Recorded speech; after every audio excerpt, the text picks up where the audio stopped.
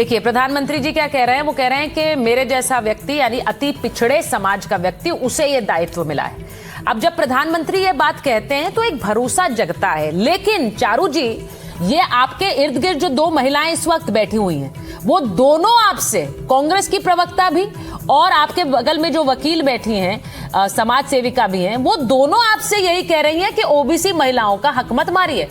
तो उनकी आवाज भी तो उन महिलाओं तक जाएगी, तो उन्हें लगेगा कि हमारा हक मारा जा रहा है। उस पर स्पष्टीकरण मुझे लगता है इस बहस के दौरान आना ही चाहिए।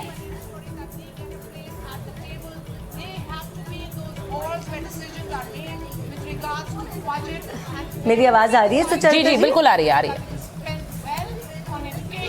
हाँ जी, अच्छा चलिए वापस रिकनेक्ट हो गया। नहीं, कोई किसी का हक यहाँ पर मार ही नहीं रहा है। और मैं वापस मोदी जी की बात को दोहराऊंगी। देखिए, हम अगर बार बार ये कोटा विद इन कोटा का इशू लेकर आते हैं तो भाई अब तक भी तो चुनाव लड़े जा रहे थे। हर राजनीतिक दल अपने हिसाब से अपने पसंद के लोगों को टिकट देता आ रहा था।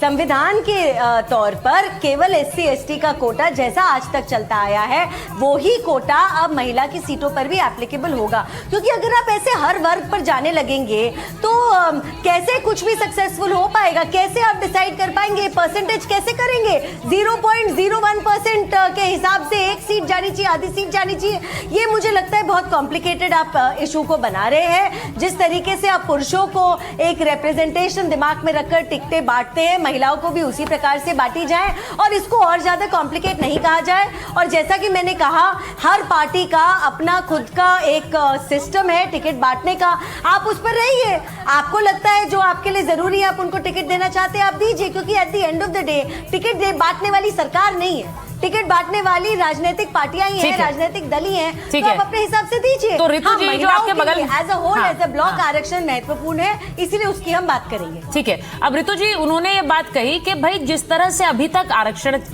जिस तरह से चल रहा है, अब पुरुषों को भी आप जिस तरह से SC ST के हिसाब से देते हैं उसी तरह से चल रहा है, लेकिन ये शुरुआत तो होने दीजिए। प्रतिभा पाटिल जो राष्ट्रपति रही देश की, उन्होंने इस बिल को एंडोर्स किया है। बहुत वरिष्ठ नेत्री हैं आपकी पार्टी की रितु जी, और उन्होंने इस बिल को एंडोर्स किया और कहा है कि मैं इसका स्वागत करती हूं।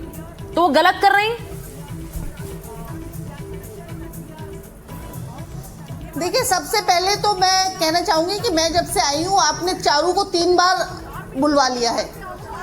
तो कहीं ना कहीं ये जो भाजपा के प्रति आपका प्यार है ना, इसको थोड़ा साइड में रखें। क्योंकि महिलाएं सब बैठी हैं और मैं भी एक जो है विपक्षी पार्टी को मैं यहाँ पे प्रेजेंट कर रही हूँ, आधी जो है जनसंख्या को मैं प्रेजेंट कर रही हूँ। तो आपको ये देखना चाहिए कि कोई पार्टी का प्रवक्ता बैठा है, उसको भी आप सम्मान दें थोड़ा सा, पहली बात। दूसरी बात यह है कि ये लोग जो बात करते हैं कि आरक्षण की बात मत करो, कोटा की बात मत करो, क्योंकि इनको तो हजारों साल से कोटा मिला हुआ है।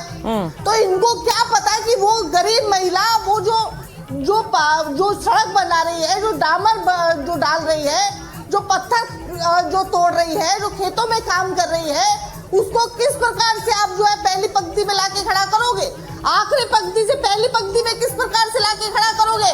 आज आजादी को इतना टाइम हो गया, आज भी ऐसी बातें कर रही है। आज देखिए ये बीजेपी फिर बोलना शुरू कर दिया है। अच्छा, उन्हें पहले बात रखने दीजिए। बीजेपी वाले ये लगातार 3 बार बोली, मैं एक बार भी नहीं बोली। अरे आप बोलिए मैम, आप बोलिए। तो सवाल तो आप अभी पे कर रही है।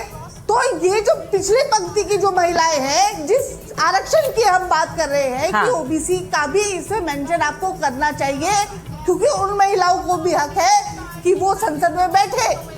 केवल वो महिलाएं नहीं जो अपने आप को बहुत कुलीन ये श्रेष्ठ समझती है, और जिन आपकी पार्टी भाजपा जिनको श्रेष्ठ समझती है उनको दे दी जाए। दूसरी बात, अगर महिलाओं के प्रति इतने ही ये गंभीर है तो अपनी पार्टी में क्यों नहीं आरक्षण देते? आरएसएस में कितनी महिलाएं हैं, कितनी महिलाओं को जो है पदों पर रखा हुआ है? भाजपा में महिलाओं की क्या स्थिति है और महिलाओं को आरक्षण क्यों नहीं है? तो उसमें दे दे पार्टी में, खैर छोड़िए। लेकिन पार्टी के इनको पता नहीं है। कांग्रेस पार्टी ने 2008 से महिला, आप अगर इनको चुप करेंगी, ये बिल्कुल इनसिक्योर महिला है, मुझे करेक्ट करना पड़ेगा। अच्छा, आप लोग देखिए, आप दोनों तो बगल में बैठी हैं मैम, वो सौहार्द तो आप लोग आपस में बना सकते हैं। मुझे यहाँ स्टूडियो से क्यों करना पड़ेगा मैम?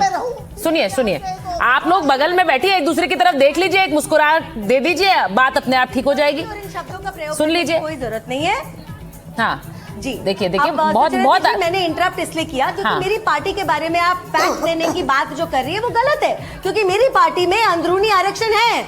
1/3 आरक्षण 2008 से मेरी पार्टी में सुषमा जी के नेतृत्व में लाया गया था और तब से लेकर आज तक है, पार्टी के हर पद के लिए है। तो अगर इन्हें पता नहीं है मैं इनको करेक्ट करूंगी और मैं इनसे रिक्वेस्ट करूंगी आज हम महिलाओं की बात करें, इनसिक्योर और इन शब्दों का इस्तेमाल ना करें। मेरी शक्ल से आपको इनसिक्योरिटी दिखती है क्या?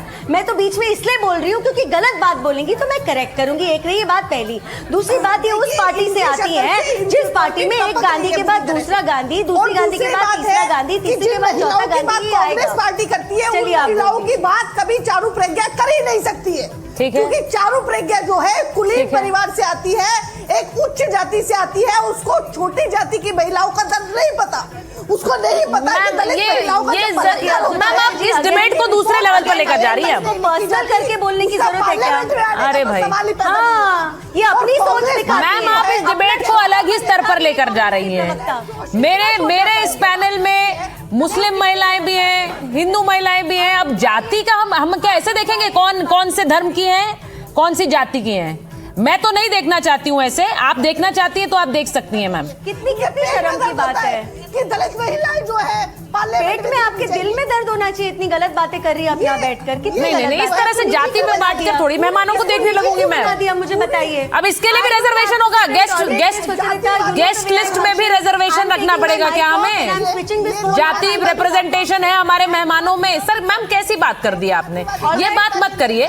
और मैं आपसे ये कह दूं कि जैसे जैसे सवाल आते हैं डिबेट में, जिसको जो जवाब उन सवालों का देगा उसी के पास मैं जाती हूँ। तो अगर आपको ऐसा लगा मुझे आपको कम समय दिया उसके लिए मैं क्षमा प्रार्थी हूँ। आज विरोध करेंगे उसको लंबे समय तक कीमत चुकानी पड़ेगी। हमारी नीयत की खोट देश की नारी शक्ति कभी माफ नहीं करेगी। अगर गारंटी शब्द चाहिए तो मैं गारंटी शब्द उपयोग करता हूं। वादा की बात करते हो तो मैं वादा शब्द उपयोग करता हूं। अगर तमिल में कोई अच्छा शब्द हो तो वो भी मैं बोलने के लिए तैयार हूं। क्योंकि जब नीयत साफ है तो फिर शब्दों का खेल करने की हमें जरूरत नहीं है। 3 दशक कम पड़ते हैं क्या रोकने में? 3 दशक तक आपने रोका फिर भी कुछ कर नहीं पाए, तो अब तो करो। हमें क्रेडिट नहीं चाहिए। जैसे ये पारित हो जाए मैं कल एडवर्टाइजमेंट दे करके सबका धन्यवाद करने के लिए तैयार हूं। सबकी फोटो छपवाने के लिए तैयार। क्रेडिट आप ले लो, चलो। क्रेडिट की चिंता है क्या है जी? ले लो ना क्रेडिट। आपको जिसकी फोटो छपवानी है सरकारी खर्चे से हम करवा देंगे। सामने से क्रेडिट का ब्लैंक चेक आपको दे रहा हूं। अपने हाथ जब कोई भी शुभ काम होता है उसको नजर न लग जाए, इसलिए काला टीका लगाने की परंपरा है। मैं आपका धन्यवाद करता हूं काला टीका लगाने के लिए। बहुत बहुत धन्यवाद।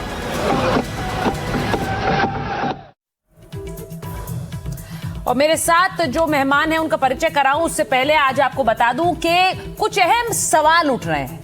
महिला आरक्षण में भी मुस्लिम एंगल लाने की क्या जरूरत थी? सवाल यह है कि आधी आबादी को आरक्षण पर धर्म युद्ध क्यों? बिल को लटकाने की कोशिश हो रही है क्या? कौन कर रहा है? महिला आरक्षण के जाल में क्या विपक्ष फंस चुका है? क्योंकि अगर सपोर्ट करेंगे तो दिक्कत, नहीं करेंगे तो दिक्कत हो रहा है। महिला आरक्षण पर क्रेडिट की लड़ाई है क्या? और महिला आरक्षण पर किसकी नीयत में खोट है? यह सवाल इसलिए इंपॉर्टेंट है क्योंकि लगातार जब इस बिल को लाने की बात हो रही है तो विपक्ष एक कई चरण की बैठकें कर रहा है। विपक्ष का यह कहना है कि इस बिल में ओबीसी का प्रावधान नहीं है। ओबीसी महिलाओं का क्या होगा? वो ये भी कह रहा है कि इस बिल के जरिए क्रेडिट लेना चाहता है अपने लिए। 2029 की जो गोटियां हैं वो सेट कर रही है ये सरकार।